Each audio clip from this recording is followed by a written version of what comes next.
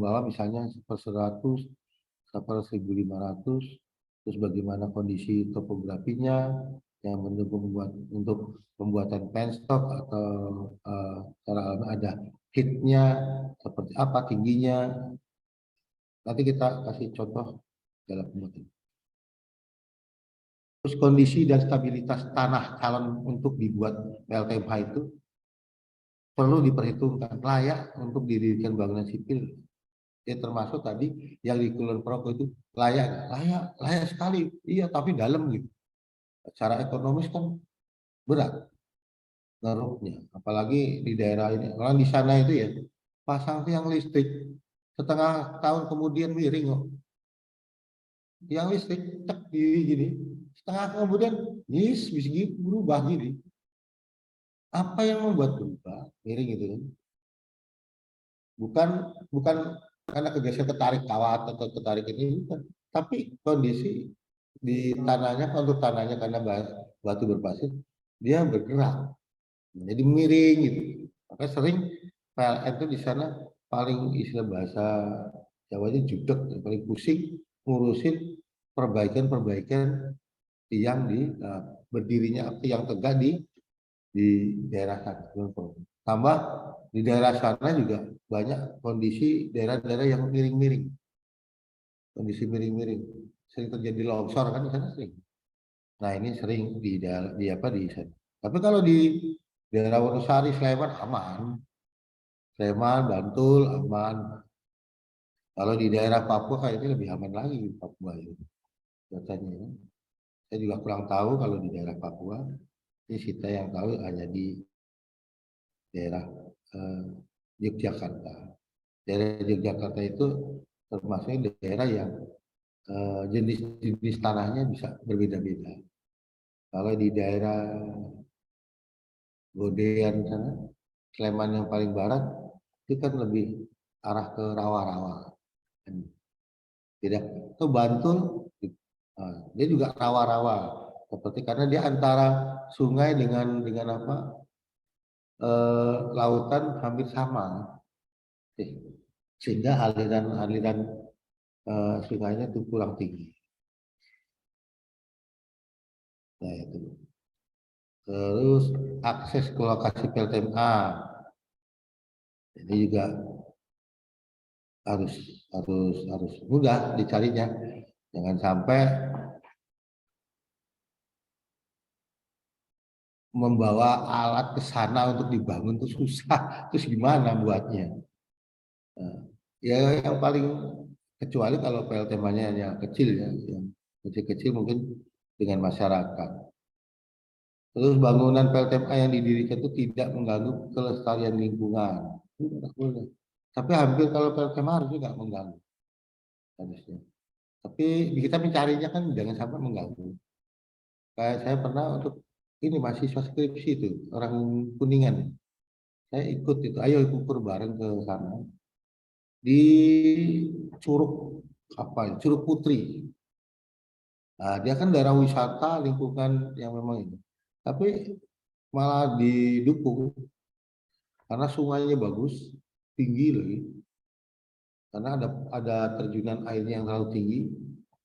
Sudah saya hitung semua, tapi kurang tahu. Karena biayanya juga tinggi kan. Nah, untuk menjangkau ke sana itu agak berat, memang jauh, jauh ke atas. Belum lagi nanti kalau misalkan kayak semen untuk masuk ke sana, mungkin kalau pasir ada di sana, batu ada. Semennya, batanya, makanya akses itu kan penting. Terus itu supaya nggak mengganggu. Tapi kalau di sini yang maksudnya mengganggu biasanya pembangunan awalnya itu lewat mana gitu. Nah ini yang perlu diperhatikan. Terus bangunan PLTMA yang didirikan tidak menimbulkan dampak negatif sosial masyarakat yang berkepanjangan. Artinya apa? Ya hampir jarang sih ya dampak negatif. Tapi terkadang karena kapasitas PLTMA-nya kecil, yang butuh banyak berebut, ini juga boleh jadi dampak negatif. Atau pemegang tanggung jawab. Saring, tapi ya gimana ya nyebutnya saring apa? melemparkan tanggung jawab. Karena kalau yang udah diserahkan ke masyarakat itu biasanya gitu. Termasuk di sini. Kalau ini bukan PLT Pak ya. Di Kuaru itu. Kuaru itu PLT hibrid yang saya rancang dulu dari biaya Dinas SDM. Sekarang masih berjalan.